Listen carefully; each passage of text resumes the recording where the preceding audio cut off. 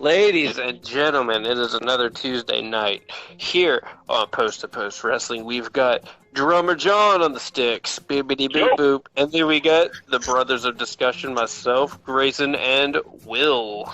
Mm-hmm. How's everyone doing? I'm enjoying beverages. Damn good. Yeah, I'm just drinking beer. It's a good time. Had some Domino's. It was mediocre at best, so it works out. I grilled some chops. Oh, it was good. I'd say they were good, but they don't pay me. They used to. I bought a grill this weekend, and I've been grilling like nonstop every day. I dropped about $300. Got a nice propane grill and some propane accessories. And Hank Hill in it. Damn it, Bobby. Yeah, cooking the hell out of some dead animals. Drummer Bobby now.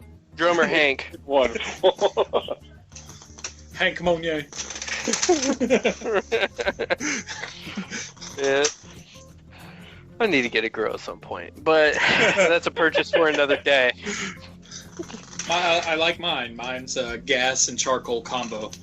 It's very nice. I'm gonna get one of those like those laser grills. Like if they fuck up, you can return it, but they can't sell it again. They just got to get rid of it. Well, goddamn. Yeah, who knows? But expensive, and who knows if it's actually any good. I don't.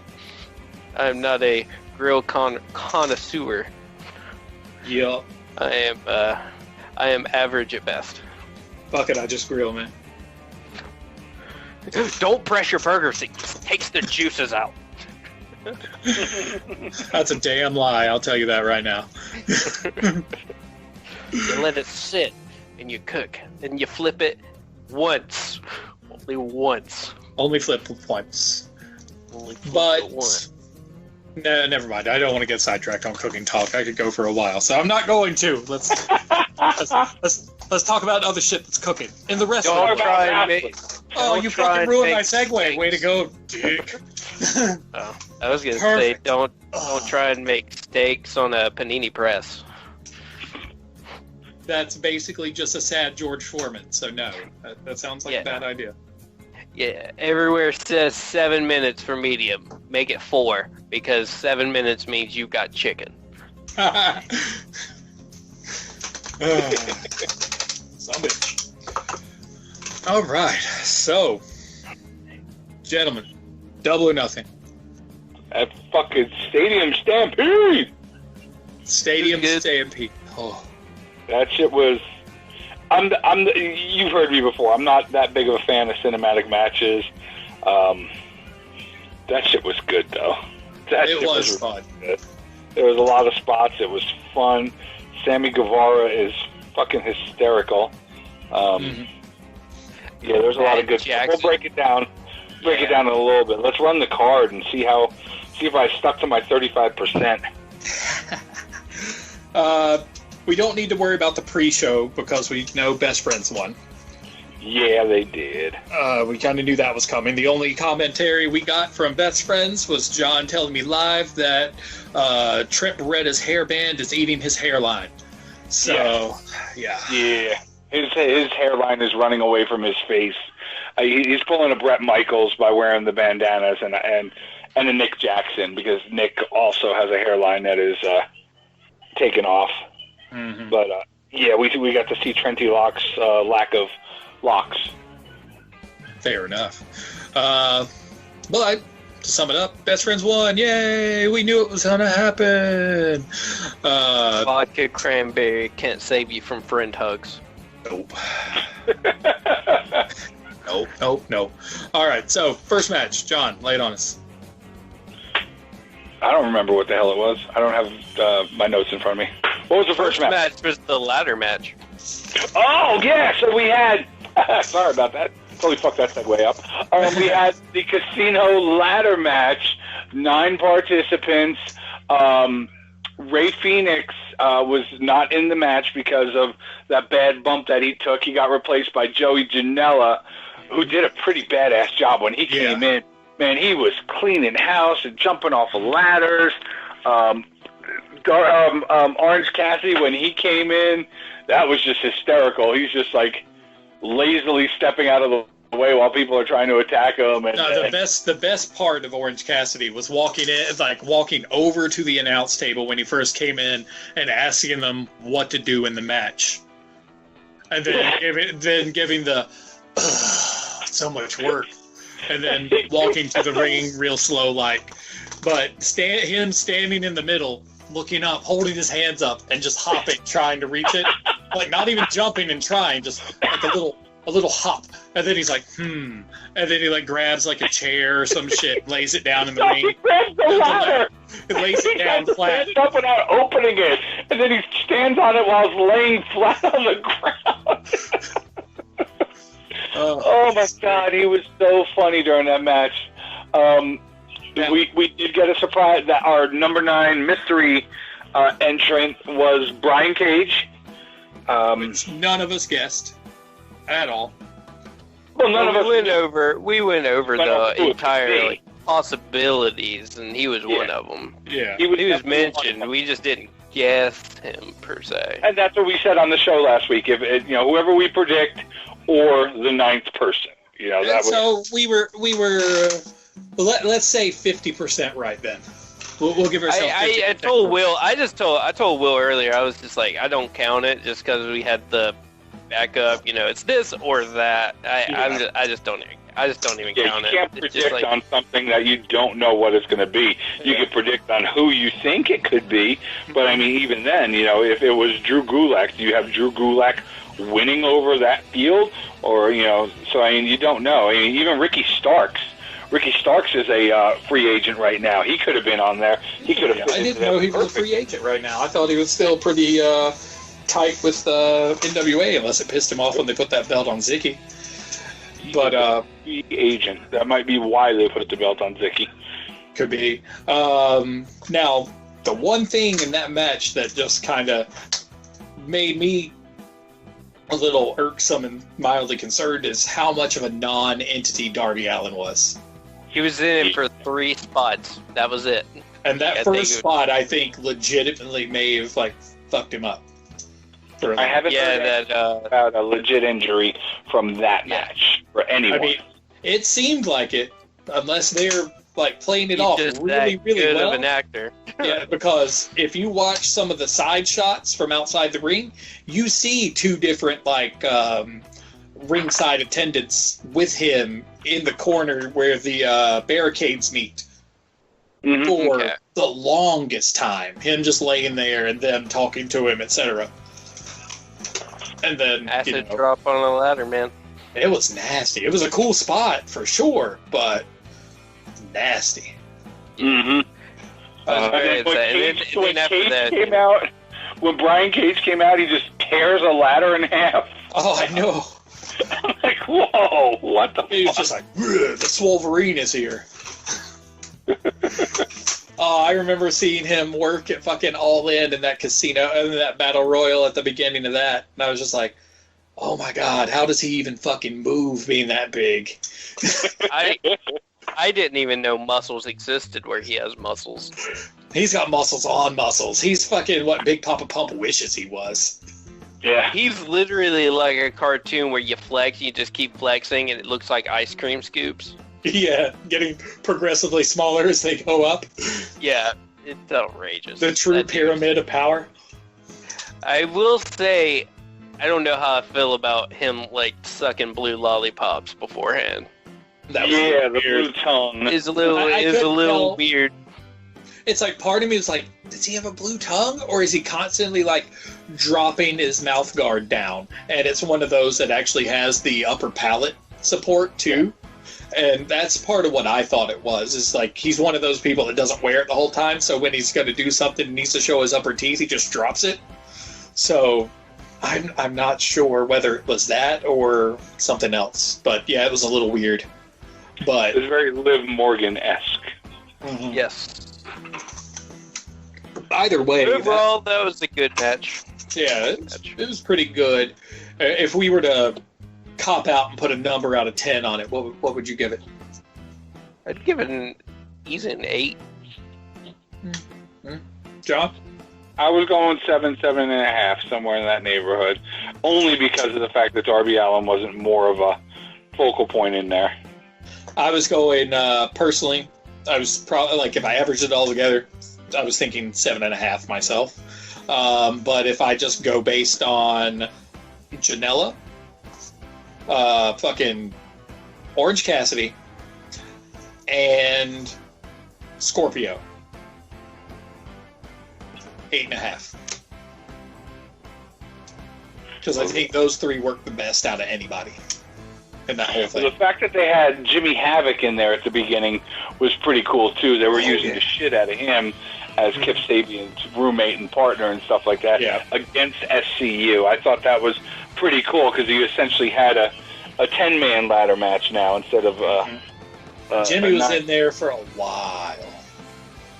And his suit was badass. That suit was really nice. The white with the blood splatters. It made me think of fucking Mr. Knight. You know, Moon Knight's alter ego. Where he dresses in the 3-piece and wears the gloves and like he'll beat the shit out of people and get just splattered in blood. But yeah, that's also the only reason why I didn't really mention Kip Sabian, because I was just like, oh Kip, you ruined it for yourself again by having to go crony style. The way he came out later during Penelope Ford's match, all bandaged up. That was good stuff. Good stuff.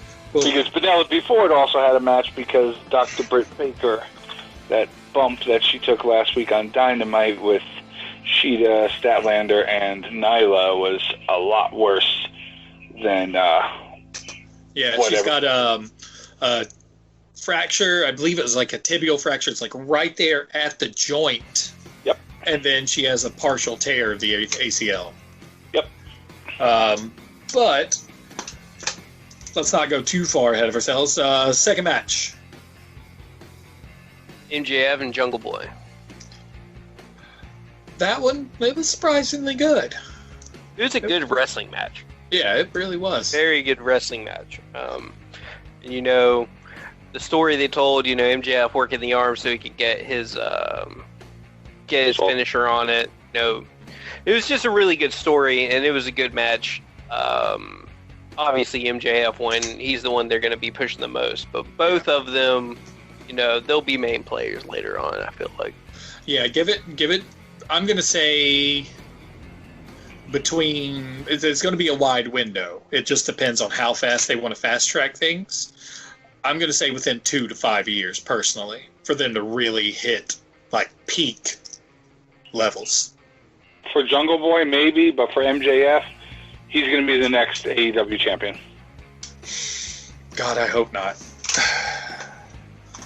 I really think so. I mean, I can see it, but I really hope not. I just want more Wardlow. I want Wardlow to eventually turn on MJF and beat the shit out of him. That'll happen after he gets the belt. We've seen that story a million times. I know. It's just like, as much as we've seen it, and I secretly hope for it, I do also hope that they don't do that.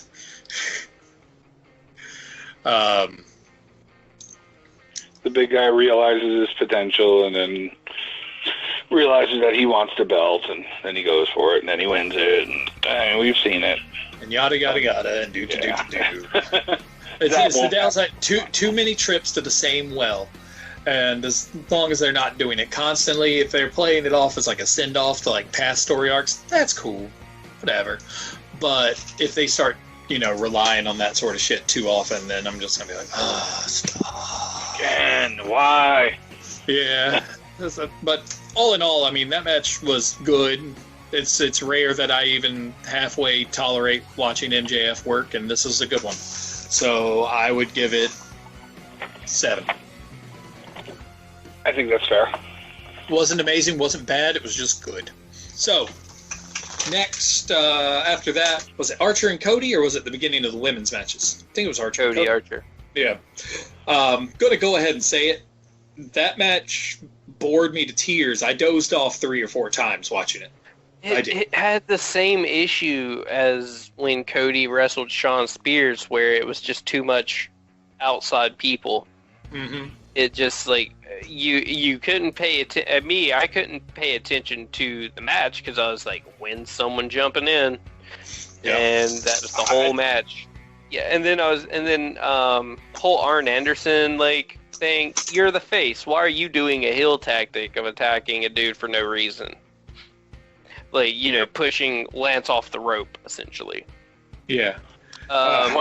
What got me was the amount of time they spent on Mike Tyson. Even Mike Tyson was bored during the match. Oh, I saw him yawn. That cutaway where he was yawning. I was like, oh, shit. That's not good. I was like, somebody's going to tear them apart for that shit. And I guess it's us. But, yeah, that I had high hopes for that match, but what's killing me is now, like, almost every Cody match is starting to feel the same to me. I don't see much variety anymore with the way he's working. It's like, I feel like Cody's wanting secretly to transition more to a back-of-house player and less in-ring personality, even though he's got this belt now. Because every time he's in the ring, it's just like, okay, I mean, it's almost the same, like, match rhythm. Like, every time. Same match chemistry, the same match structure. Mm-hmm. He's going to hit 3 or 4 crossroads and finally get the win. Yeah. He's going to miss 3 or 4 disaster kicks, and then he gets one. Mm-hmm. And, it was cool seeing him do a Stinger Splash. Yeah. Which has led to more speculation about Sting coming on board to AEW. And that was he went on record and said they haven't talked to Sting, but that was the calling card as the feeler. Yeah. Feeler. Because Sting was his favorite wrestler growing up. So A, it was homage. 2, it was hey, we'll talk to you. Hi, buddy. Let's do lunch. Let me do your move, and we'll do lunch. After that, we had Statlander and Ford, who replaced Britt Baker. Yeah. That was a good match. Yeah. Penelope Ford definitely is coming into her own and is holding her weight against all these other wrestlers. Like, she's going to be the future of that division, I think, down the road once they get rid of huge ass dudes. Disagree, but that's fine.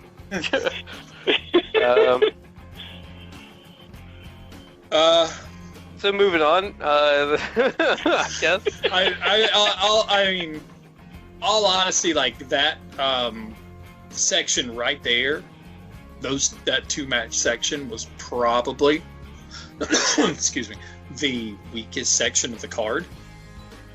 But their match to me was better than Cody and Archer's match. So if I were to like rate it, I probably would have gave Cody and Archer maybe like a 5, and then theirs at least like a 6, 6.5. I still think Baker would have won if she was still in the match. Yeah, absolutely. Baker would have won for sure. Absolutely, no doubt about it. Because she was about to get pushed to be. Oh yeah, she next opponent, next rivalry.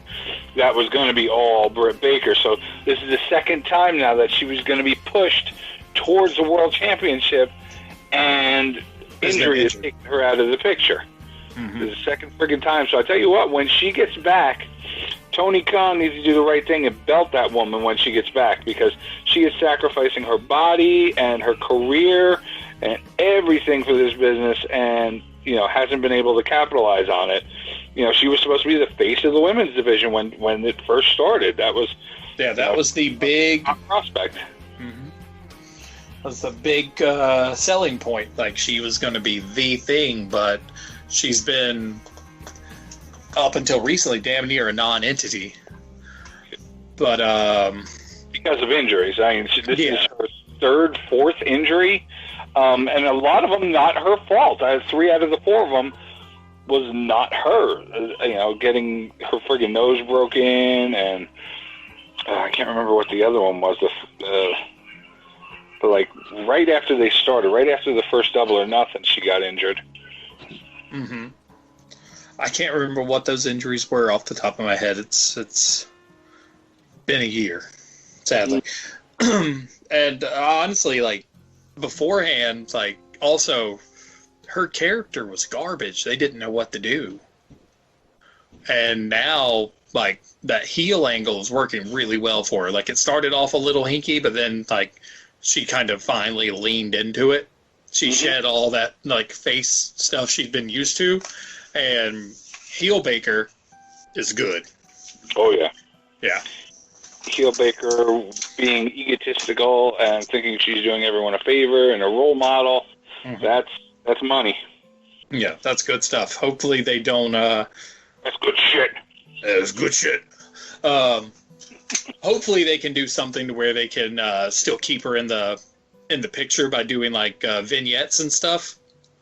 It's too long. She's going to be out for way too long. They could still do it. They really could.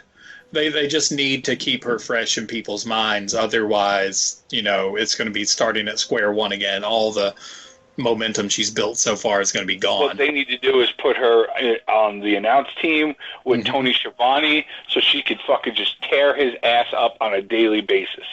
Yeah, that I mean, makes me laugh so hard. She does call him a human mic stand, so.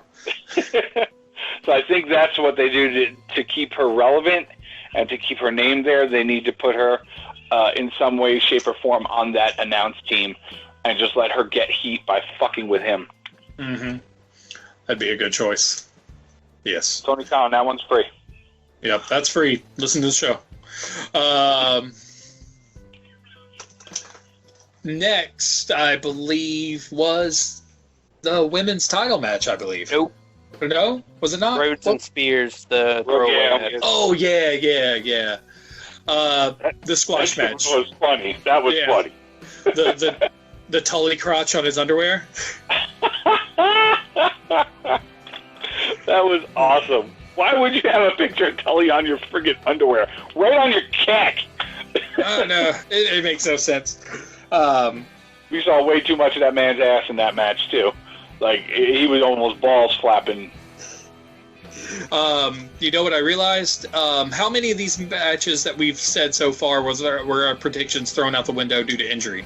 Just the Brit and the ladder match, correct? One of us picked Ray Phoenix. One of us, I had Britt Baker pick, and then I don't even remember the Rhodes and Spears match being announced.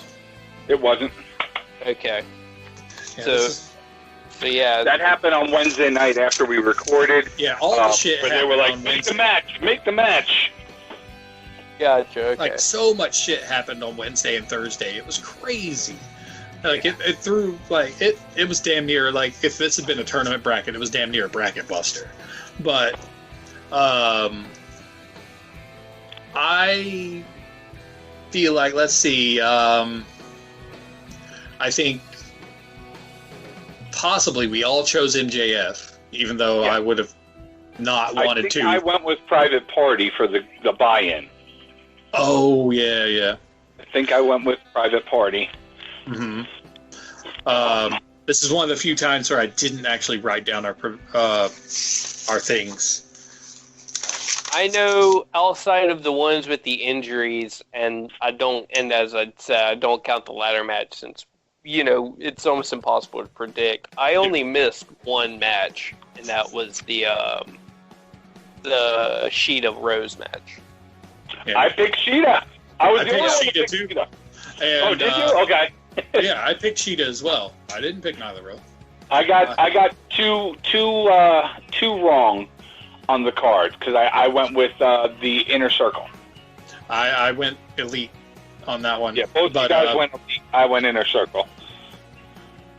Since I didn't know about the Dustin one, let's see. I know I went MJF. I think I probably went Baker, so we can nix that one. That's a nothing match. Dustin and Spears doesn't count. I don't remember who I picked for Cody and Archer. I think was saying Archer I went Cody. Just because I was the only person to say Archer. For the hell of it. So I'll pretend that I said Archer. Even though it was probably with the stipulation of, I know it's probably going to be Cody, but I'm still going to say Archer. Who'd you pick for that, John? Cody. Oh, you picked Cody? I thought you picked Archer. Absolutely. Yeah, I think that's how it was.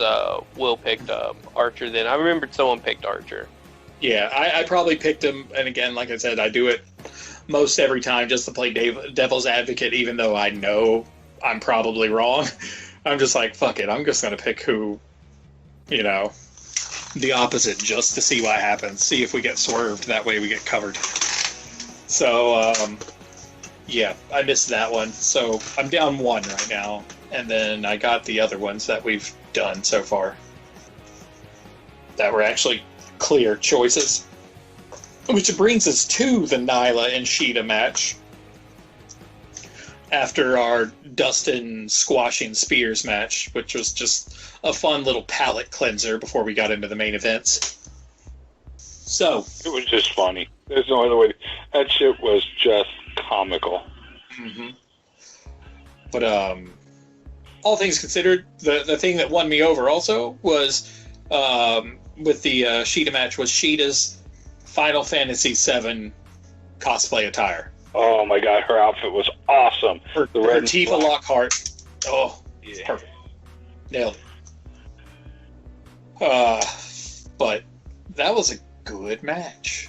It was super good, in my opinion. There was a nice back and forth, and both of them seemed dominant in places, but it also still kept Sheeta playing up as an underdog without, up until the end, without a clear, defined, is she going to win type of thing, Yeah, there was no monster offense to put her as, that superior person in the match. It was one of those, she worked her ass off to win type of angles. It wasn't she's going to have this window and just fucking roll train through there. Nah. It was good. Grayson? Thoughts? It was fun. It was fun? Okay. Put a number on it. I wasn't super invested, so a 7. Okay. I gave it an 8 because Sheeta won, and I called that shit. That's my new Riho. She's better than Riho. Be quiet. Much better than Riho. Much better. Much more believable when she works in the ring because she doesn't look like she weighs 10 pounds soaking wet. But yeah, also, I'd probably say 8.5, because that was just a good match. It was solid, all across the board. Good use of, I'll give it this, good use of all the props.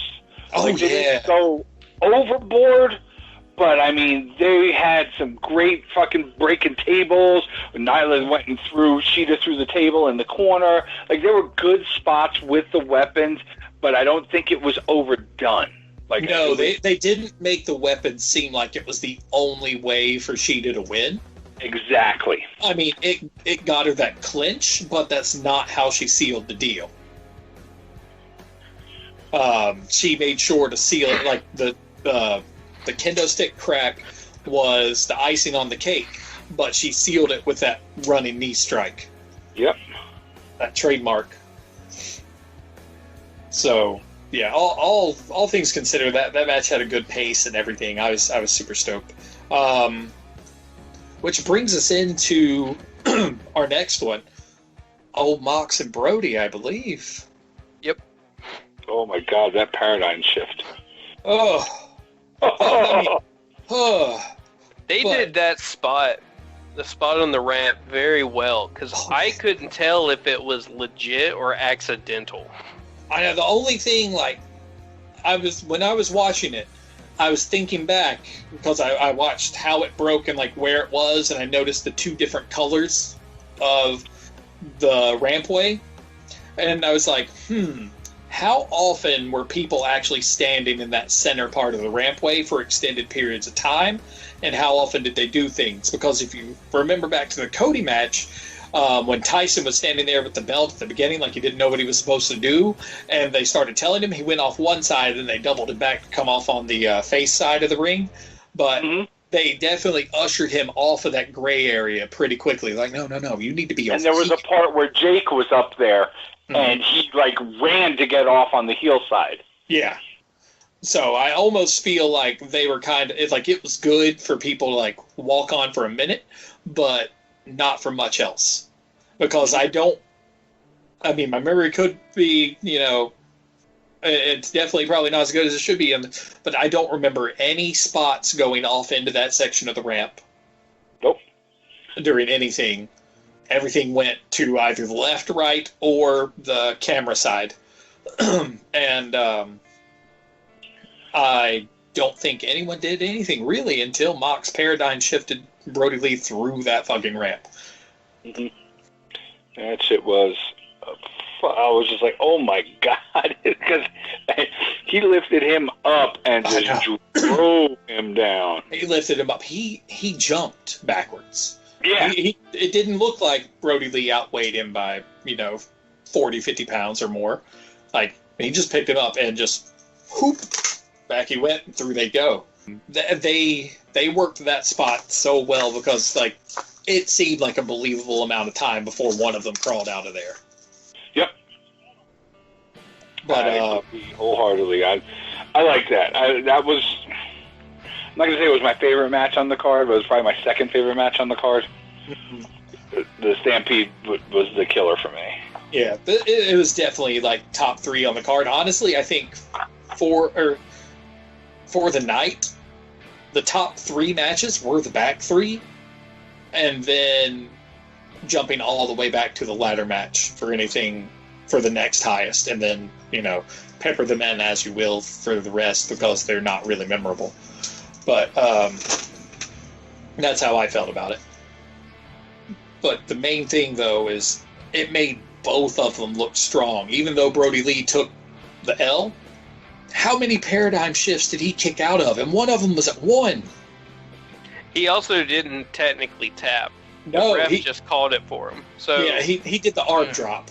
That's what they did, because it was more of the sleeper hold thing, and he just did the bloop, so they called it like that.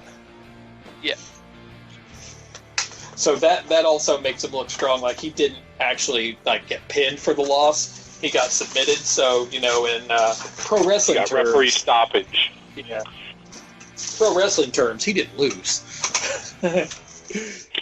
It's an L on his record. My big question is, what's next for him? Because, they built this thing so quick, and it came up. Personally, I don't think that he should have gotten a title shot just yet. I wanted to see more of a new or a Dark Order build, but this is the route they chose to go. What's next for him? I think they're just going to run a revenge angle. They're going to keep it going. He's going to get another shot at some point, but it's going to be through a nefarious angle, even more so than him stealing the belt. I feel like they're going to do... He didn't lose. He's like, I never gave up. I never pinned. The ref saved you. Yeah. I think that's kind of how he's going to do. He's going to argue semantics. He's going to use his powers of persuasion as he uses with all of his followers to get his way. I could almost see them working an angle to where he maybe brings someone in the back of house or even... I'm not going to say on the announce team, but something similar to that into the fold, So he has someone on the inside that's working these angles for him, not just people on the performing side. That could be interesting. Expanding the Dark Order to have some... or sway everywhere. Yeah. Yeah. But other Dark Order related business, I'm really ready to see Evil Uno and... they need to come back. The band back, yeah. Because I almost feel like the way it is like the way it seems, even though I don't know all the reasons why they're not there, probably still due to the whole pandemic shit. But I almost feel like they're going to break away from the Dark Order, the way shit's going. Yep. I totally. I feel like it's gonna be an angle of we've been on a mission, scouring for high quality talent or something.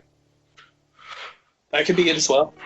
I don't think they're gonna leave. They were the they started the Dark Order. Let's go ahead and be real. They brought Yeah. Brody Lee because he needed a place when they signed him. So he's used to cultish stuff. We'll stick him with the Dark Order as the exalted one. But they're the number 1 and number 2. Yeah. The other guy, he's number 10. Yeah. So, like, and then you've got And then the you Beaver got Boys. Long John Silver or whatever the hell the guy's name is, and the bald guy. Now, You got the Beaver Boys, yeah.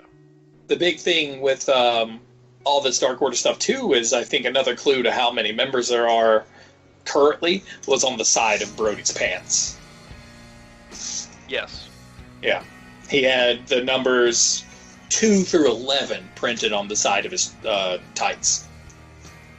Since he's the Exalted 1, he's number 1. So then you had 2, 3 through 11 in Roman numerals there. So I guess currently there are 11 members of the Dark Order. And we've only seen up to number 10. Yeah. So,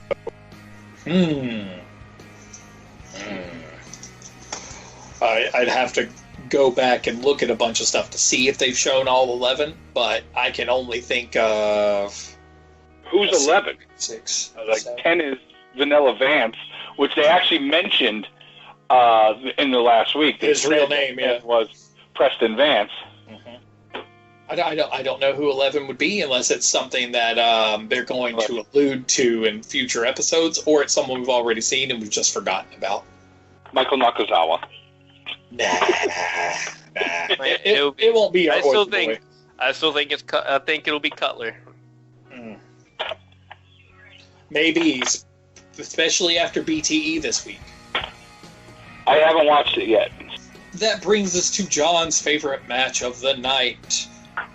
The first ever, I guess you could even go inaugural, Stadium Stampede versus the entirety of the Elite, sans Cody, and all the Inner Circle. Which is funny because in being the Elite at the funeral, are you Elite anymore? I know. You'll see it, John, when you watch it. It was just a funny one line. Are you even in the Elite?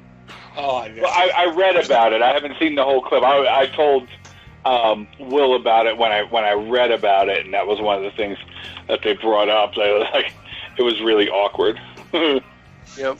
It was something else. Yeah, that was definitely a barn burner of a match. My favorite spot was either the one-winged angel for the finish, fucking finish. God damn. or for amusement purposes, the 100-yard suit. Oh, yes. Hang off the the end zone to end zone Northern Lights. Oh, yeah, that was awesome. that was wonderful. I would also give honorable mention to the many incarnations of Matt Hardy. Oh, that was hilarious. Oh, when Proud and Powerful were reading the Matt facts. Yeah. I know. What? Oh, that was awesome. Jake Hager and Hangman in the bar Fighting or was drinking? funny as shit too. The milk and whiskey toast. Oh yeah, with Kenny. Like they made up with their- Kenny Guevara and the golf cart. I like that they did a little callback to that for sure.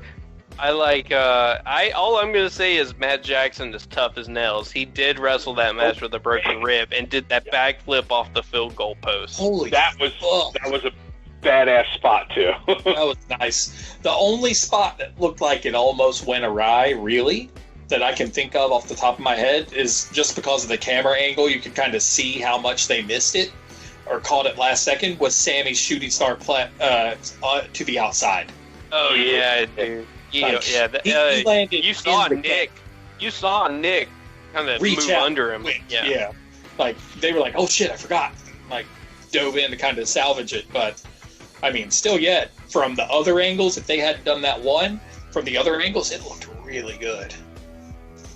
But all in all, like that match was really good. I enjoyed the opening kickoff style open to it. Both teams just rushing at each other, and the next thing you know, fucking trash can to like Hager's head. Dude, that was total Braveheart fucking intro, dude. I know. Just going to fucking war. Dude, they need to sell those friggin' Inner Circle football jerseys. They will. That or Definitely, I would have the Inner Circle football helmet before the jersey, personally. I collect jerseys. Yesterday I was wearing Shane Falco's jersey from The Replacements, Keanu Reeves. I also have the Waterboy Bobby Boucher's jersey. I've got Paul Cruz jersey from The Longest Yard. Captain Insano. So, yeah, I want that Inner Circle jersey to round out my collection. I'll start harping at pro wrestling tees. Go give us your money. Or, I mean, let us get you more money. They get enough of my money. They know what I'm worth. Shit. No, they need to... Please, someone that knows them, if you listen to us at all, put in a good word. Yeah, that. All right. Yeah, for me, that was the match of the night. There was, and again, I'm not a big fan of cinematic matches, but the way that they did that, the way that they pulled it off, the funny spots, the dangerous spots, the high spots, that was the shit. It was a good mix of like comedy and serious stuff the whole time. I mean, granted, all of like 30 seconds of that match happened in the ring. Yeah, Nick Jackson Nick running down the bleachers to do that friggin' swanton or dive or whatever it was. That was just funny. I'm like, oh my god, look how far that is. He's going to stop all his momentum when he hits the friggin' rail, but it's funny to watch. Yeah. It was good stuff. All in all, I was like, I hope they do another one of those at some point. It made me wonder, like, are they still going to do the War Games match that they were planning, or was this the replacement for it? I don't think this is the replacement for it. I think Blood and Guts will return. It's just when it's going to happen. And will there be other participants at that point? True. Because depending on how far in the future they put it, the Elite and or the Inner Circle might not be a thing anymore. I don't see either one dissolving too soon. I really don't. Especially since it seems like all the Elite fences have been mended. I see possibly like the Inner Circle's going to go back. They're going to lick their wounds. They're going to, harp that they were cheated. Worst case scenario, Jericho might pull some sort of angle where he starts trimming the fat of the Inner Circle and getting rid of people and bringing in other people, or just straight up bringing in others to build the ranks more or less, but still play it off like they're the best of the best. I don't see who he'd get rid of out of that group. And I know. Sammy G is his fucking, that's the beat-on boy. That's the guy who that's the D'Lo Brown to the group. Fuck you, D'Lo Brown. And, so he's not going anywhere. Jake Hager, that's his muscle. Proud and powerful, and they're just freaking awesome. Mm-hmm.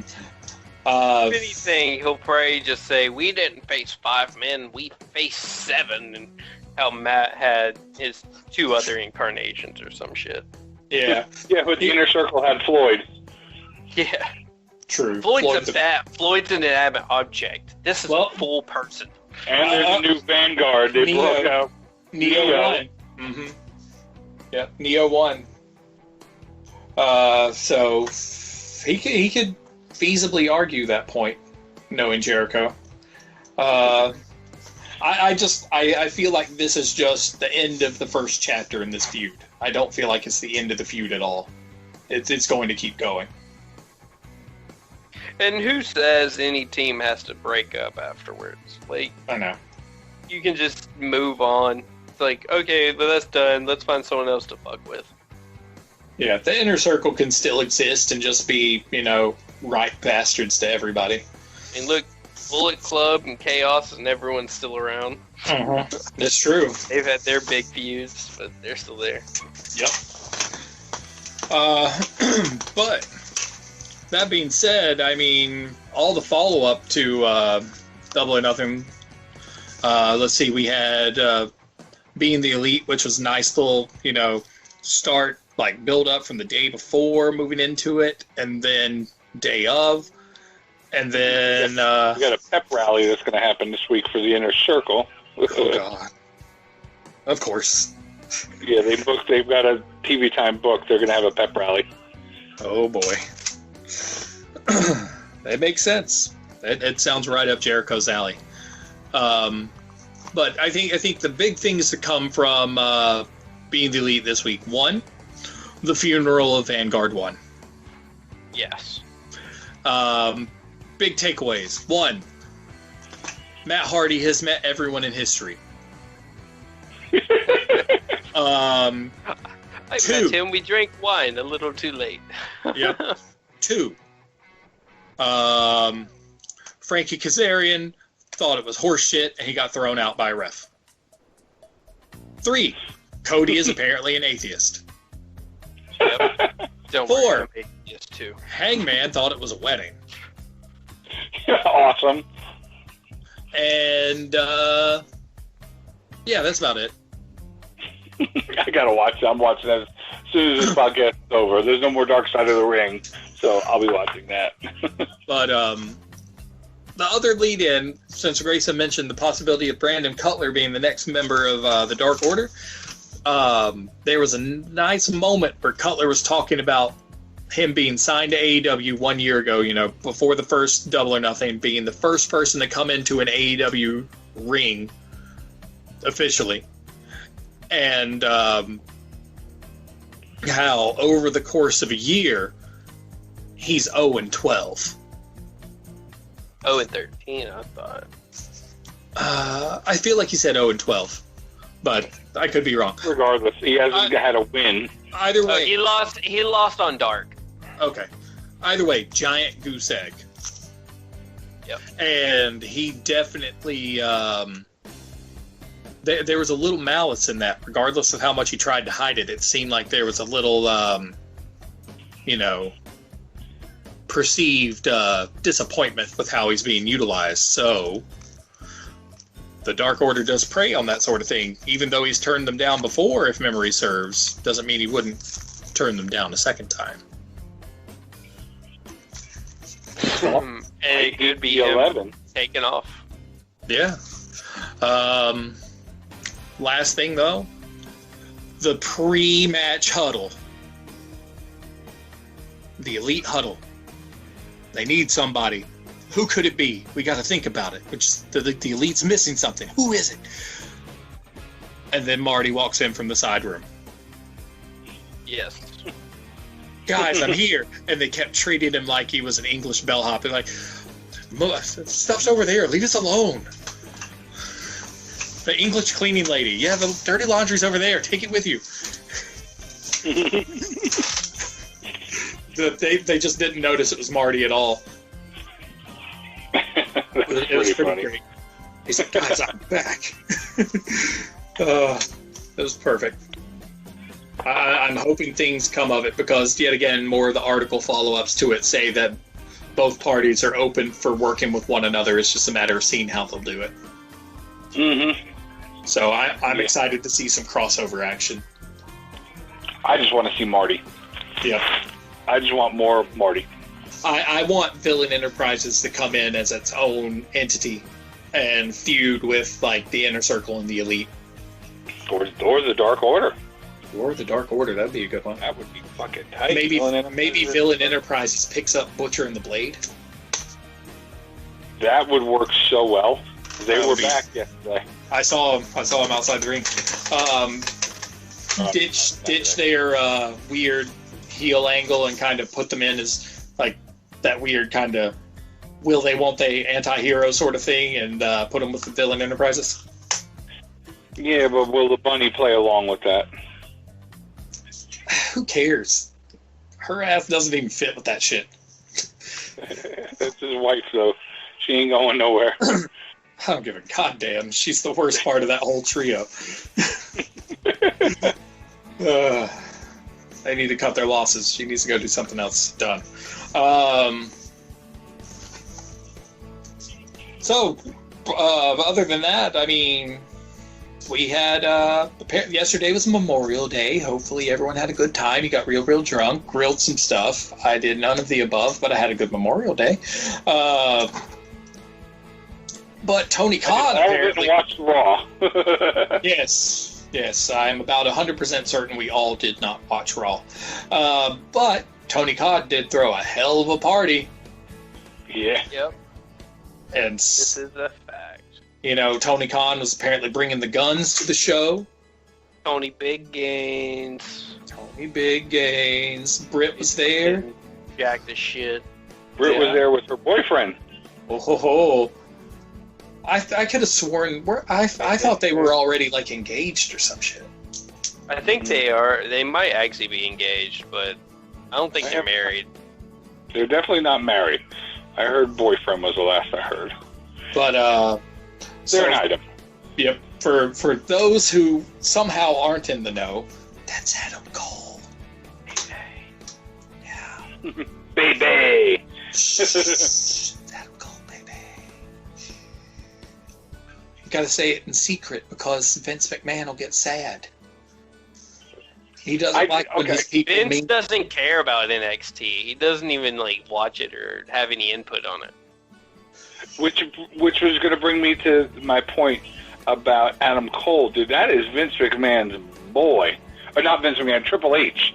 Triple H is about some Adam Cole, and Adam Cole's contract is going to expire here very shortly. Mm-hmm. And I don't see him leaving where he's at. I don't see him leaving to go to AEW, which is the logical choice, being friends and former Bullet Club members with a lot of them. I just don't see him giving up being the top dog to come to a company where, yes, he'll be with his girlfriend, but it depends on the money, because average contracts are 40?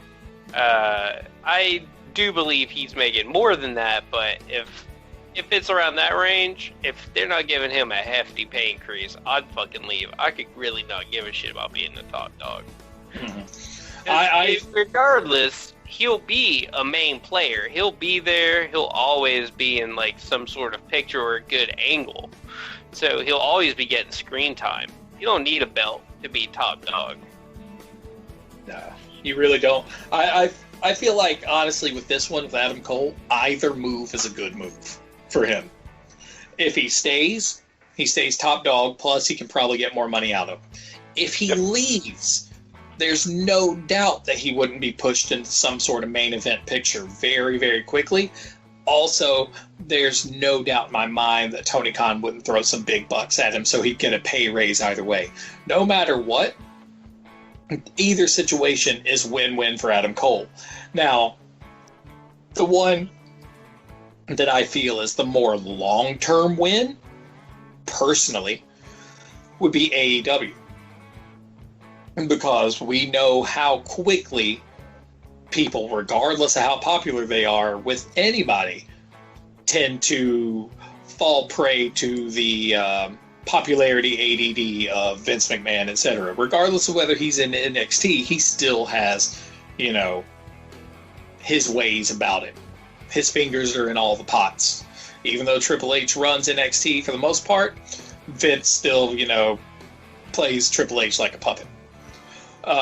Poaching all his talent, supposedly, when in actuality NXT's the superior product. But how long until his ADD kicks in and Adam Cole is just buried? We've seen it happen more than once with other people. Is when he gets called up. Yeah. Which is... Well, we've seen it go both ways, though, because, right now, Apollo Crews, who is somebody who was on Vinnie Mac's shit list for a minute, he's the new U.S. champion over in on Raw. So, maybe the old man is having a change of heart with stuff like that. Because, we're seeing Ricochet and Cedric Alexander being pushed as a team. It's not a super big push, but, they get wins. They're not just enhancement talent. I don't think that's necessarily a Vince move. I think it's more of all Vince. distrusted people are finally getting through to him, and as I mentioned, he's in the fuck it stage. Mm-hmm. He don't give a shit. He's just like, whatever. Ratings keep going down. Let's just see what happens. Fuck it.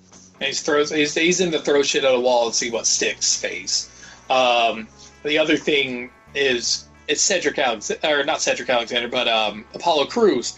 Look how big he is. Yep. He's not that tall big. I mean, he's still big. He's a jack dude. There is no doubt about that. See, that right there alone, that's Vince trait. Vince likes big and tall, not just buff. Vince will take it where he can get it, and Apollo Crews ticks more of those boxes than Adam Cole does. That's for damn sure. I'll give you that. So that right there alone is more enough reason for Vince to not have Adam Cole really on the radar, outside of the I don't want anyone else to have him start throwing dollar signs at him. And now he's not really even worried about that. He's like, fuck it, we'll let you leave now. They're Which not is what hiring you. Deonna Purrazzo was saying about WWE. She did an interview saying that they're just hoarding talent so they won't go other places. She just signed to Impact this week. Yep. Cut her first promo. I just watched it a minute ago. I see. So, in regards to, Adam Cole and stuff, another possibility of him sticking around, even though it's not super directly related, is the fact that Drew Gulak did manage to get himself back in. Mm-hmm. He was out. Like, he was gone. His contract was expired. Other promoters, indie promoters and stuff like that, who reached out to him and were trying to sign him, said that he was not open to taking gigs. Like he already had something in the works. Mm-hmm. So he went and hired himself a big-time manager or something like that, somebody to negotiate his contract with them, and they found something that worked for everyone. So he was silently placed back on the active roster on the WWE website. Slip it in. Yep. And call him Gooey Gulak.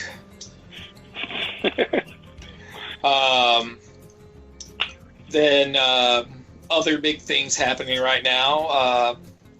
Let's see. What's Samoa Joe's status, John? What's the Mojo status? Samoa Joe, not Mojo. Oh, Samoa Joe, yeah. So Samoa Joe, he's still out injured. There is no timetable for his return. He's been kicking ass at the announce desk and getting a lot of praise for what he's doing back there, giving that, wrestler's perspective on commentary, and he does really good commentary. I enjoy his commentary. I always have.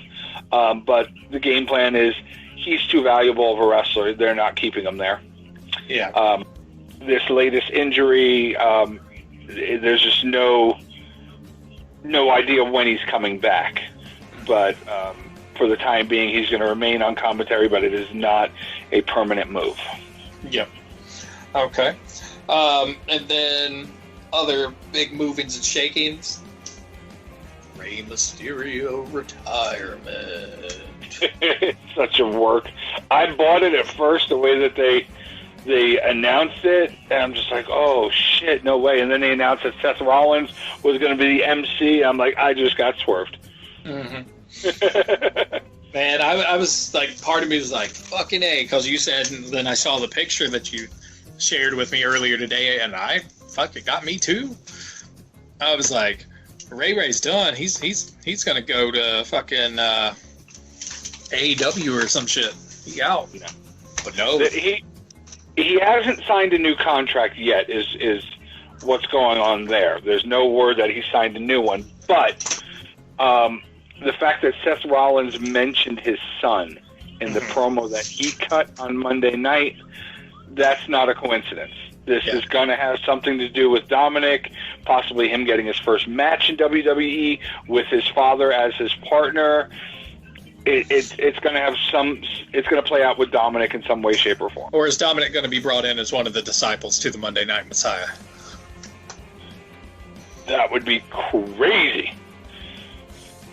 I mean, if Seth Rollins name drops somebody and it's not in like an aggressive fashion, I could see that happening.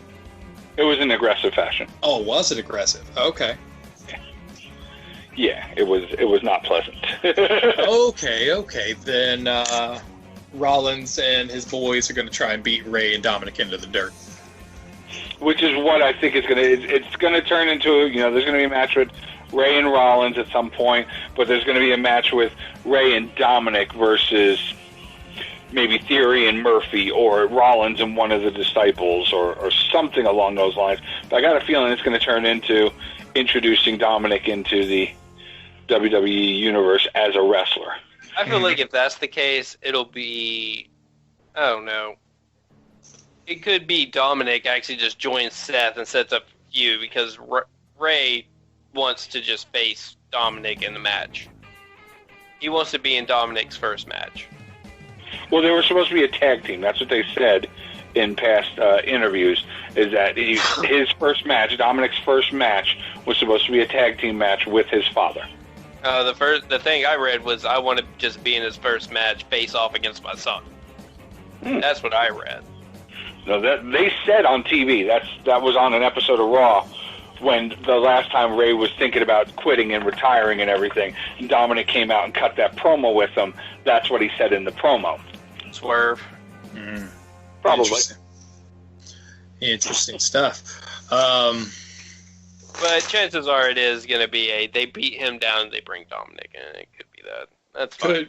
Could be. Either way or not, it's whatever. I don't think his son's going to be that great. No offense. I mean, it's not always the case, but lightning doesn't always strike twice. Look at the kid. He's no Rey Mysterio. No, he's not. Let's talk about people getting beat up.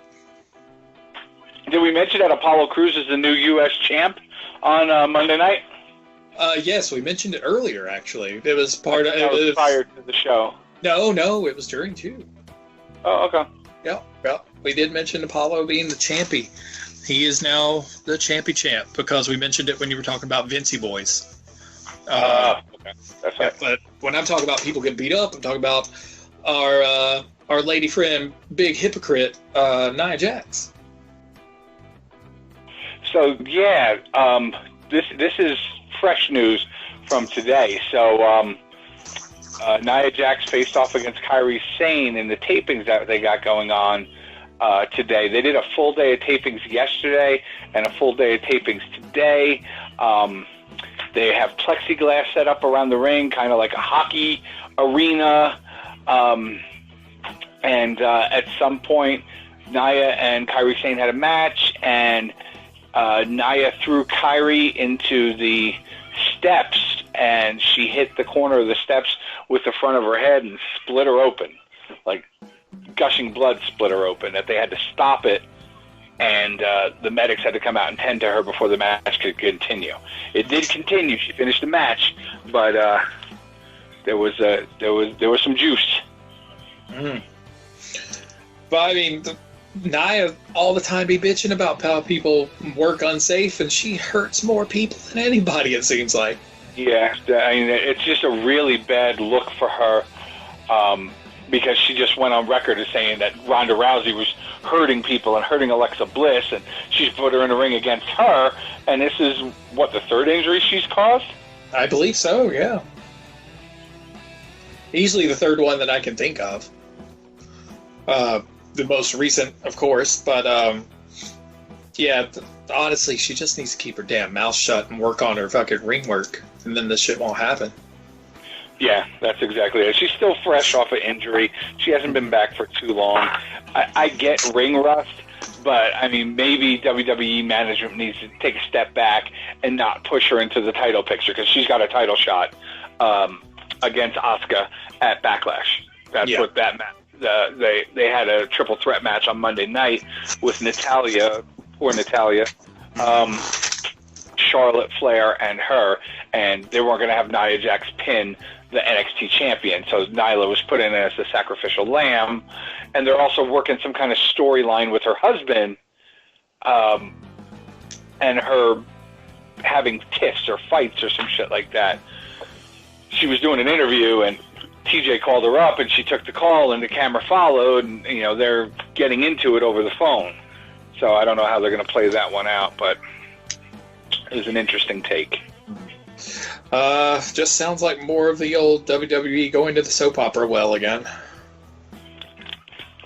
I was kind of shocked by that one. Like, that just seems too lowbrow. Like, last week we saw Natalya tear up KOTV, or the Kevin Owens show.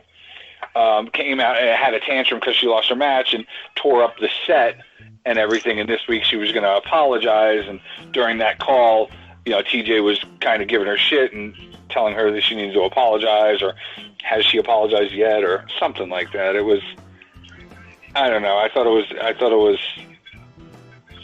not good, not in good taste. How can we ever say anything's in good taste? This is the fucking WWE. I'm still a fan of their product. I just didn't like that. You probably enjoyed the hand baby too. Dude, that shit was awesome. She leave Mark Henry's baby alone. Him and Mae Young consummated that thing. Poor them. More things in WWE. Is this not the first time the In Your House name has been used since the 90s? It was attempted to be used by an indie promotion, and WWE sued the shit out of them. Oh, I'm sure of that. Hit them with a cease and desist order.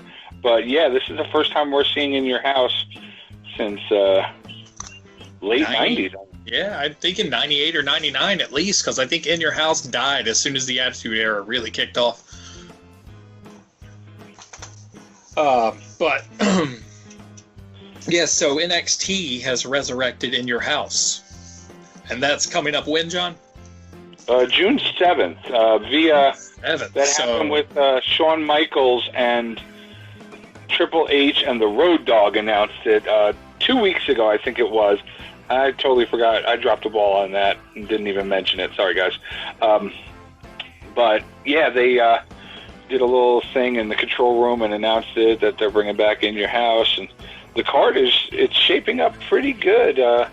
Karrion Kross, the former Killer Kross, is going to be taking on Tommaso Ciampa. We're going to see, it's not booked yet, but they're working it. It's going to be the Garganos, Johnny Gargano and Candice LeRae versus Keith Lee and his real-life girlfriend, Mia Yim, which is, they're skirting around the issue. Like, they just say that they have history, they know each other well, but they're not saying anything about them being in a relationship. Yeah. So I'm wondering if at the end of the match at In Your House, she jumps on him and gives him a big kiss or something, and everyone's like, oh. Could be. It's a happy couple. So looking at it right now, bringing up the card, we've got the NXT Women's Championship, Charlotte versus Rhea Ripley versus Io Shirai. Yep. You've already mentioned Ciampa versus Cross. We got Balor versus Damian Priest. Yeah, the former Punishment Martinez. Yeah. Then we got Cole versus Velveteen Dream for the NXT Championship. Which I'm really, really, really surprised about, but nothing else has come of that whole Velveteen Dream pedophilia type of thing that we talked about a few weeks ago. Nothing happened from that. Nothing has come about that. I don't know if it's still being investigated. Either that or hush money. It's one of the two. Yeah, something. But I'm surprised they're giving them a push. But it's possible. Is it truly a push, or are they going to squash him real hard in this? That's what I was going to say. Or that, or maybe they just squashed the shit out of him and bury his ass. I could see them knocking him down a peg or two. But then the North American Championship is listed as Keith Lee and Johnny Gargano right now, but it's also talking about it trending towards mixed tag. So I'm wondering if, since we already mentioned it, is that mixed tag also going to lean into a way for them to change the belt holder, or is it just going to be straight mixed tag? I think it would be straight mixed tag. I don't think it would have anything to do with the belt changing hands. At least they haven't alluded to it. And then the next one, the interim championship for the NXT Cruiserweight, it's Kushida versus El Hijo del Fantasma. Is that what they're pushing it as? Yeah. Because they haven't had the triple threat match yet. They're showing NXT Cruiserweight Interim Championship Final. Kushida versus El Hijo del Fantasma. Okay, so somebody either jumped the gun on that or they've already pre-recorded it and spoilers got out because Jake Atlas, Kushida, and Drake Maverick are supposed to have a triple threat match this week on NXT. And the winner of that is going to go on. So what it says here, the tournament continues, and it looks like Kushida will emerge from his group as finalist despite the departing Drake Maverick being the sentimental favorite. Okay, so yeah, they jumped the gun on that. Yeah. Are they playing spoilers? Whatever you're reading, they know what happened with the pre-recording. You heard it here first, everybody. Yeah, there you go. The scoops. Thanks, CBS. It sucks about Drake Maverick though, but it would explain why he had another video come out earlier this week with EC3. They were working out together, and it was they were pumping the shit out of each other. It was pretty cool to watch. Like, I dig their friendship, their real life friendship. Yep. So first we'll talk women's champion, Charlotte, Rhea, or Io. I think Rhea is going to get the belt back. I think she'll pin Io for it. I don't think Charlotte will be involved in the pinfall. She's just working too much stuff. They can't focus on her on Raw. They can't, have her winning or losing matches over there. Like, it's too much for her to be on two brands at once. So I think she loses the belt and Rhea takes it. Okay, so John's calling for Rhea Ripley. All right, Grayson? It'll be Rhea. All right, Grayson also going that route. Well, hold on. Grayson, are you that prepared to lose and be wrong? I just hate Charlotte, and I don't know. Io Shirai hasn't really done anything to make me claim that she's gonna get it. I think they still took the belt off Rhea Ripley prematurely due to and I think it was visa issues, but I think that's been worked out.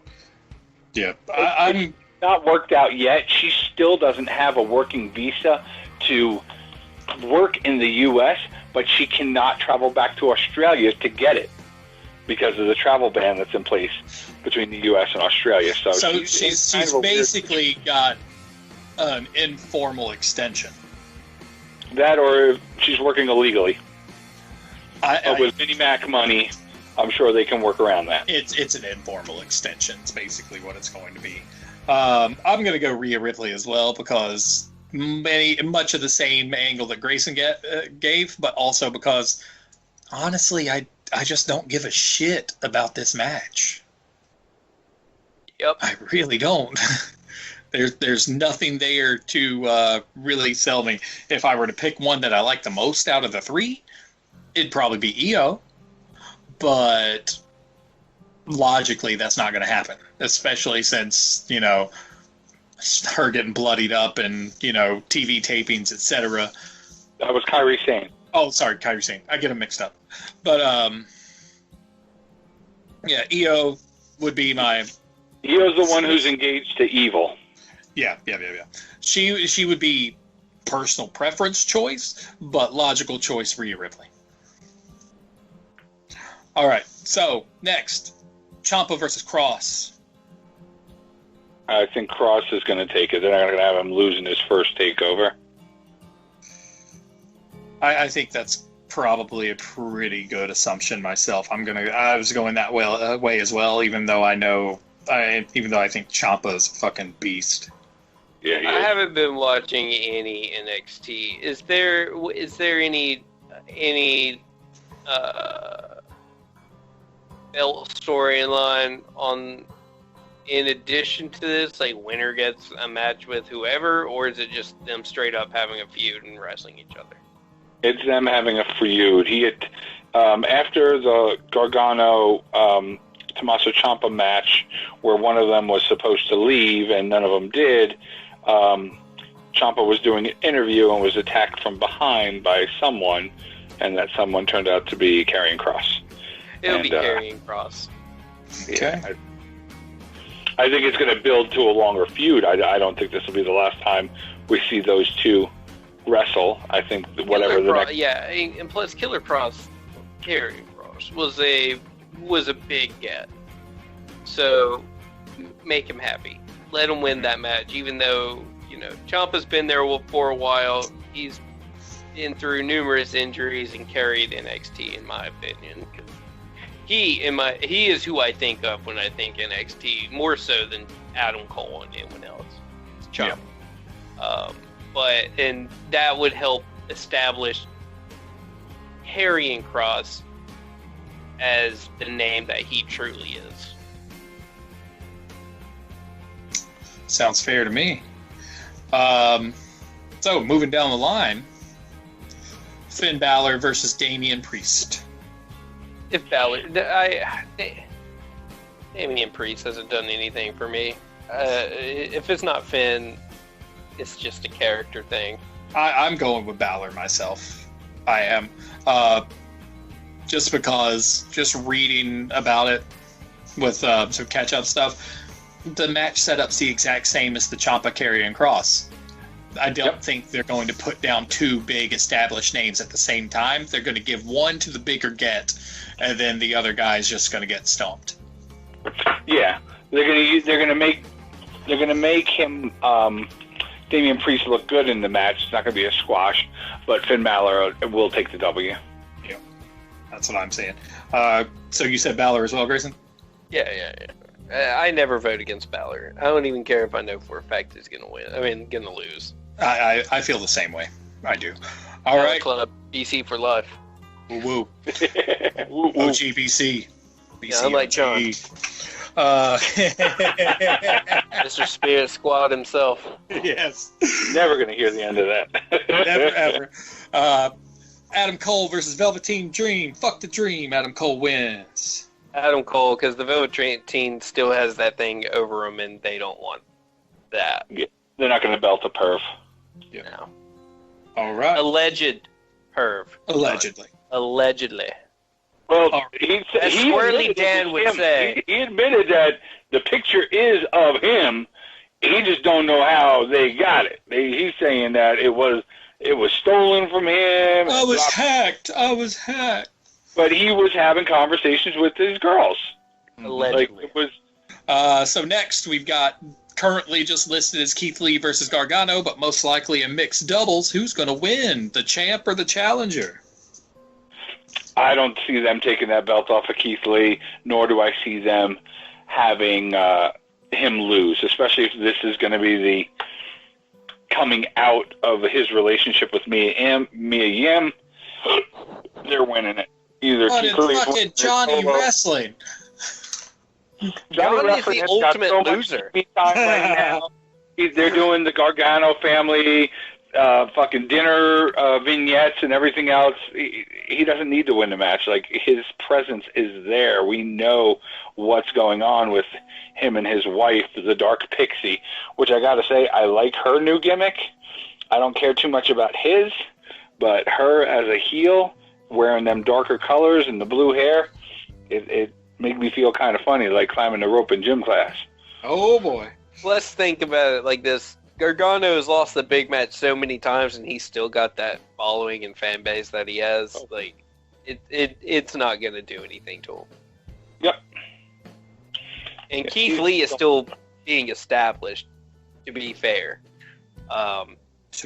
Like he had that great showing at the Rumble, another great showing shortly thereafter, and then he became the champ. So I still feel like it's the established. This is the win that establishes him as his legitimacy. Yeah, if he can lose, after this match, whatever. Mm-hmm. This one will solidify that status. I concur. Could it be? This time I think I'm just gonna go with you guys as opposed to just playing the opposite for the hell of it. We're gonna have to start putting like a year-end bet on this to make everyone just like go serious. Oh, loser gets a tattoo of something stupid on the dick. No. Jaden Smith. that the winner chooses.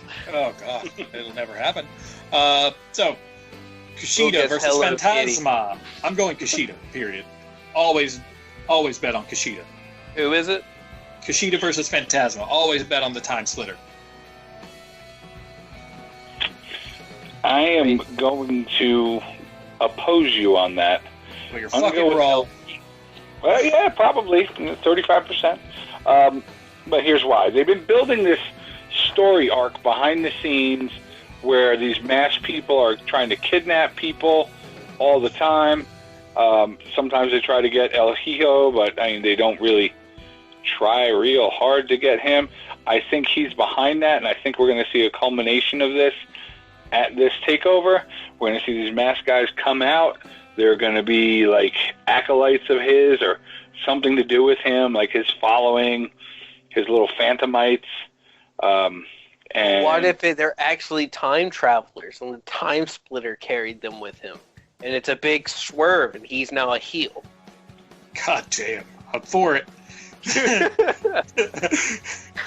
It won't happen. Come on, look at that mask. Yeah, Phantasma. But what? He's got nothing to do with masks, though. Kushida don't wear a mask. He never has. We just said it doesn't have anything to do with it. You missed it. I must have missed that. He missed the transition. He missed it. Rookie mistake, John. I thought Rookie you were mistake. a professional. That's what happens when you quit following There's bullets. nothing professional about me. Come on now. But he got the hee-ho. Okay. Grayson, who you got? Oh no. I want Shido to win. That's it. I want Shido to win. Now, if he will, that's a whole different story. Okay. And again, I haven't really followed this story arc very much. Neither have I. I'm just thinking Kushida from. Okay, I know. Didn't they just do the big cruiserweight tournament or something? And Kushida was in it. That's what this is. This is the culmination of that tournament. Culmination of it. Yeah. Shida's for name value alone. Okay. That's kind of why I chose it. And then here in John's angle, I still think Shida's going to win, but he's going to get the shit kicked out of him for the reason that John's saying that he would lose. My other thought is they're around trying to kidnap people. What are you going to do kidnapping Shida? You're not. You're just going to go down and beat him down. Like, I don't feel like he'd be kidnapped. Yeah. They kidnapped two other guys, Joaquin Wilde and Raul Mendoza. Yeah, but who are they? Either. Fucking nobodies. Joaquin Wilde used to be DJ Z on Impact. Oh, Nobody. Okay. or is DJ Zima Ion? Yeah. Oh yeah, him. He was Yeah, on the dude with the name based after a terrible beer. Yeah, he was the guy with that was on an episode of Oddities. You know, that weird Yes. show. Yes. Yeah. Yes. He was trying to, and then he was on that, and that might have been the episode, but he was on there. It's like, I want to be a wrestler or something like that. And I want something weird to bring out at the ring, and he want like a fucking dead animal in a jar or something. Oh no, this one was different. This one was following him, and he already had like the pretty boy DJ thing, and he kept hairspraying his hair, and now he's like bald, so it's like whatever. Mm-hmm. Yeah. DJ got Z. much of that. So yeah, he's a nobody. So I would still. I wouldn't stick say with nobody. He's a multi-time X Division champion in Impact. Yeah, that was during. That He was hasn't during been doing the shit dead, in that was the dead NXT age. since he brought him over, and he admitted to that right in the interview when they were about to kidnap him. He was talking about how he hasn't made much of an impact since he's been there, and he's trying to change it, and blah blah blah. And then he got kidnapped. Yeah, he was X Division champ in the dead era. Mm-hmm. So, like, Yeah. it was in between when Dixie left and where they are now. Like, about, months ago was when it was just whatever. Not even months, more like years. He's been with NXT for like a year or so now. Yeah. But either way, all things considered, in the grand scheme of WWE, he is a non-entity. He is That basically group is like the Beaver Boys to the Dark Order. yeah, pretty much. He's basically there to further a story and not there for anything else. Yep. So shall we move on to Backlash? Because there's quite a bit of shit listed for Backlash. Yeah, they're stacking that card too. Oh, I know. Let's start it at the top then. We got start at the top of where they got it listed. And here we got Drew McIntyre versus Bobby Lashley. McIntyre, don't even need to worry about it. All But I right. like the story that they're building with Lashley right now because they're putting him with MVP. He is his business manager now. MVP is. They even had him in a tag match this week, which I thought was pretty cool. So you're going Lashley is what I'm hearing. No, I'm not going Lashley. I just like that they're finally doing something with him that could be interesting. I think it's a big setup for Brock Lesnar. It's Lesnar and Heyman versus MVP and Lashley. You finally get the match 5 years too late. Probably. That sounds just WWE enough to work for them. Well, I want to see MVP start like a badass faction. Like he came out and they had their match. It was against the Street Profits, but they came out in the back, and he basically called the Street Profits clowns and was telling them they need to get their shit together and blah blah blah. So I mean, dude, that if you put those Bobby Lashley, MVP, the Street Profits, and Bianca Belair together. Come on, dude. We haven't seen a faction like that since the Nation. It would probably be a pretty solid faction. I mean, don't get me wrong there, but they're going to have to do some big fucking building because honestly, in the grand scheme of things, outside of Street Profits, in my opinion, MVP's the only one carrying any name weight. I just still don't get the hype behind Bianca. I don't think she's that great. Nah. But yeah, if I wanted to see something like her, I'd just go put it on a Willow Smith music video. Damn. No. Whip my hair The back last and 2 forth. weeks. I'll whip my hair back. Burn City. So, next, Universal Championship handicap match. Braun versus The Miz and Morrison. I like this real match. funny when Morrison's champ.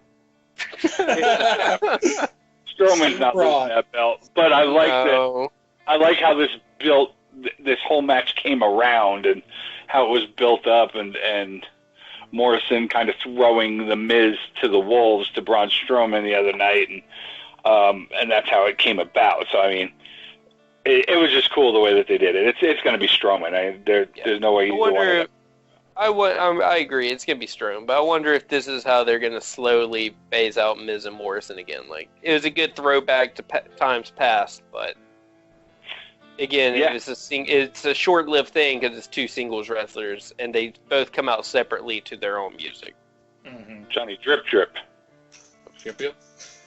I think this could be the end of the nostalgia cars. You know. It's just the end of the drive. It was just to reacquaint everyone with Morrison. Yeah, basically. They piggybacked him off of The Miz, who's had pretty well a steady amount of popularity for years now. And so now that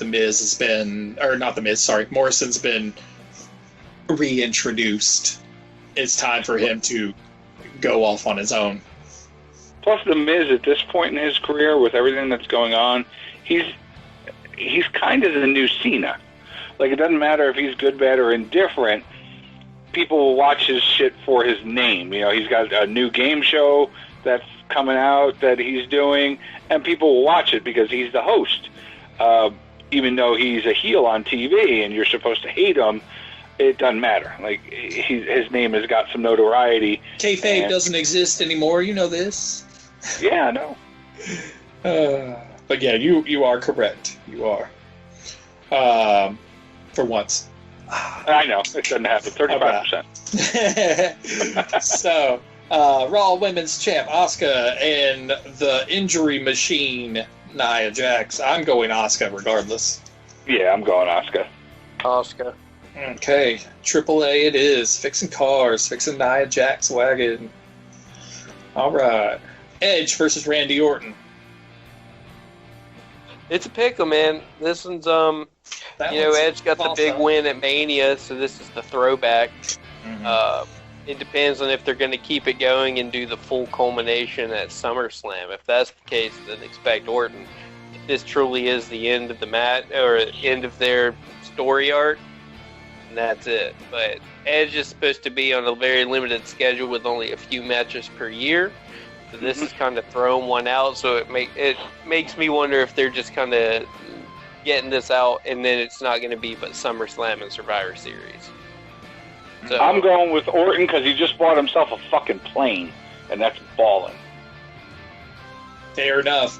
I think, given the way most things work, they're going to run the rule of threes. You're going to tie them up, so that way you don't know who's got the definitive edge, and then, you'll know that probably Edge is going to get it in the end. But I'll go Orton on this one, too. That way it ties up the books. It balances. Yeah, fine with that.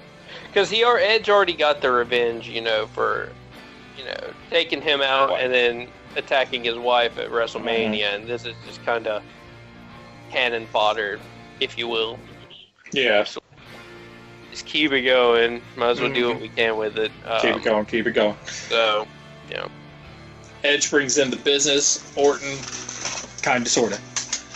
The Raw Tag Team Championships, the Street Profits and the Viking Raiders. Who's going to walk away? Oh my god, with I am belt? ready for this fucking shit to end.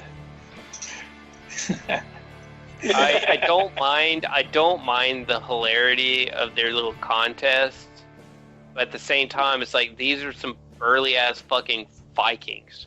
Why the hell do you have them doing these little mini game things? Because I heard there's going to be a mini golf one, and that already happened. That was yesterday. Yeah, that happened yesterday. I'm like, get the fuck out of here, dude. And with yeah, and once again, there was a female involved in it who thought Ivar was cute and told Eric, you, not so much. So are they playing up this burly Viking to be a stud? They're playing him up to spin solos, probably what they're doing. Well, if they do Let's that, hope not. I feel like if anyone has, if there's a tag team with enough clout to where it's like, no, we do not break up, they should be able to do it. Mm-hmm. I agree. 'Cause I don't remember a time where they weren't together. I want them to win, but I highly doubt they will. If anything, this is the one where the Profits join MVP and they get assist. Because in my opinion, when you're just looking at the two teams, they shouldn't win the match. But I don't see them losing the titles. That's what the storyline buildup is. That they've never beaten the Viking Raiders in a match. So I mean, that's where the build is. So because of that fact, I think the Street Profits are going to win. But I like what you're saying there, Grayson. Maybe this is when that stable, if it's going to happen, comes to fruition, and we see, Flash to get, or we don't see them get involved here, but we see them get involved in the Bobby Lashley match. Drew still wins, but they come out and try to interfere or something like that. I don't know. There's a lot that could happen, but either way, I think if we want to really, really get down to it, all three of us are probably leaning Street Profits on this one, even though we'd rather the Viking Raiders win. I'm honestly surprised they're still champions at this point, just because I felt like they were just like straight up transitional, where not even like 3 weeks and they would pass it off. They still fucking got him. Mm. So yeah, I'll say Street Profits because the Viking Raiders are now a comedy act. Yeah. So comedy acts never get anything going unless you carry around a lunchbox. Yeah. I mean, a briefcase. Or if your name is fucking Yano. Shh, he is your favorite person ever. Do not speak ill of your father. My father actually looks a lot like Ming. Yano Mounier. Oh, yes. Yano's a member of the family. So, next we got the women's tag. Alexa Bliss and Nikki Cross versus the Iconics. Bliss and Cross because the Iconics are going to break up. Okay. Yeah, that writing kind of came on the wall when Peyton Royce slapped Billie Kay. But I mean, she apologized the next week, But I don't. It sucks. I love them as a tag team, and I think they're entertaining as hell. I don't want them to break up, but I got a feeling that they're going to break them up. See, I think Billy Kay is just annoying, but I really like Peyton Royce. Yeah, I'm leaning Bliss Cross on this one too. Bliss Cross applesauce. Yep. Okay, our other big one, the one where I'm kind of torn. Rollins and Black. I'm going Seth Rollins. I'm sure it's going to be Seth Rollins. I'd rather it be Aleister Black because just about any other time, I'd probably go Rollins because one, Rollins is a fairly entertaining wrestler to watch. Do I care much for this Monday Night Messiah angle? Fuck no. It doesn't do it for me. Do I like Aleister Black much more? Hell yeah. I would like to see someone fresh get some fucking action happening and get some, like, more push over some of the guys that have been there for a hot minute. Is it going to happen? Nah, probably not. So, logic dictates it's going to be Seth Rollins, so that's who I'm going to say. But if Aleister Black wound up winning, I wouldn't fucking be disappointed. So that's 2 for Rollins? I believe so. Black. It's Black. All right. Because there's nowhere for Rollins to go if he wins. He just got out of a title feud, and now this is his feud after that. Done. Fair enough. It's Black. Plus, he's It boils down to that question. It boils down to that question that Zach asked earlier. Which one's hotter? That's true. He's been slipping up. It's going to be Black because Black has more to gain from a win than Rollins does. Yeah. If Rollins wins, what happens after that? He's not going into another title picture. That's done. That's already happened. And plus, as I was mentioning for a second there, Heyman has big hopes for Black, so give him the push. Mm-hmm. Could be. I hope you're right. Personally, I'm just going to pick Seth Rollins because it's a safe bet. You almost it's a safe bet. No, it runs pretty well in line with WWE's track record of always. But remember the saying, Will. Always bet on Black. Well done. So, the throwaway match: Sheamus and Jeff Hardy. I think it's going to keep going. Hardy already got the win over Sheamus. Sheamus will get it, and then he'll carry on. Okay, sounds fair to me. I don't really care either way, so I'm going to put Sheamus down. I only care because it's Hardy. Jeff. Yeah, I'm going. Jeff. You're going Jeff. JH. All right. I mean, Hardy for sure would be a solid choice, but I'm as much as I don't give a shit about the match in the grand scheme of things, nostalgia younger Will says, fuck yeah, Jeff Hardy, fuck yeah. But jaded older Will says, hey, WWE runs on a damn formula, and rarely do they mix it up. So we got to balance the books. 1-1. That's not my thought. My thought's more of they already milked the Hardy return pop by giving him the win over Sheamus. But because of all the bad flack and sort of negative publicity Jeff Hardy had while he was gone from injuries and 2 drunk driving incidents, you don't really want to push that right now because it will come to light. Yeah, exactly. Which is a shame. Hardy's had these issues, so it also comes to a trustworthy thing. Can we trust Hardy not to get in trouble? And history says not really. Which is a damn shame, because Hardy is one of my favorite wrestlers. But even I feel that way. He's all the time slipping up. It's one of those things. It's just at least it is alcohol and not numerous types of drugs. Very true. But again, that's the lesser of 2 evils. Yeah, exactly. But I'm just going in just the same reason I used for that earlier match. It's like you always have to build it in 3s. That way you have a nice definitive win. If you're not going to squash them immediately, then it's going to wind up being 3. So, honestly, gentlemen, I feel like we've hit all the high notes because nothing else has really happened anywhere. NWA is still putting out their weird-ass little Carneyland shit. I haven't heard anything about Power being back. Ring of Honor hasn't said anything. Yeah, it's not doing anything. Mm-hmm. Impact is still putting out product. Yeah. They signed Deonna Purrazzo. That was the big thing for this week.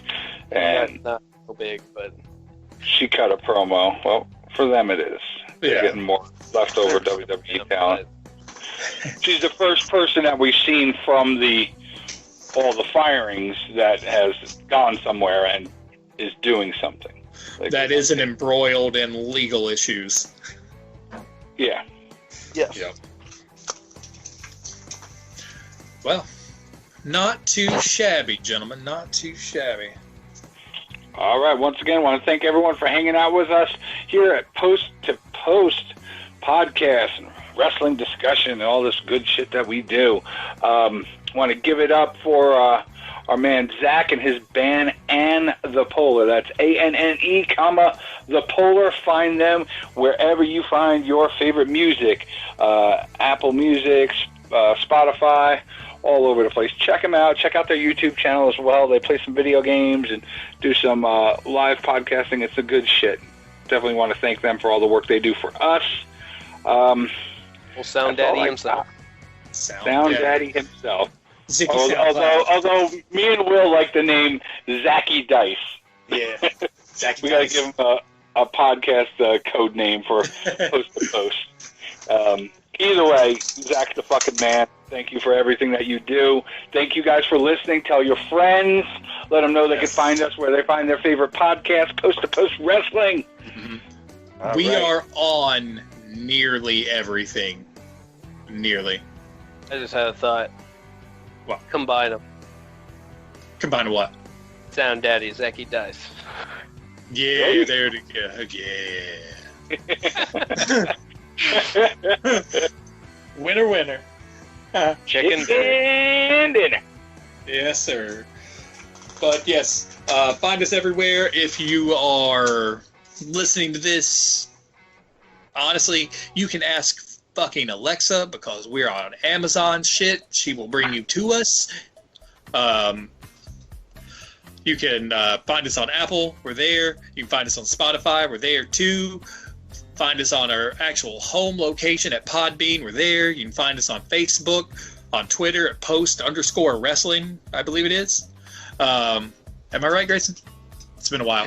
Yeah, I think so. I just wanted to add, if you guys are really interested in getting a free trial of Blue Chew, just be sure to use the promo code NOTREAL. Also, we have a promo code with Omaha Steaks.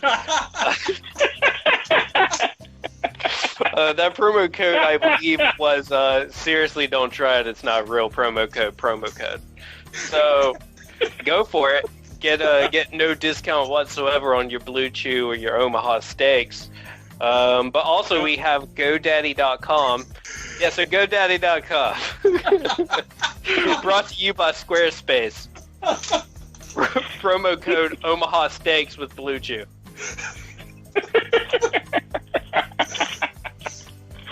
All right. You guys have a great night. We'll talk to you guys next week. All right, everybody. We'll see you. And we're out.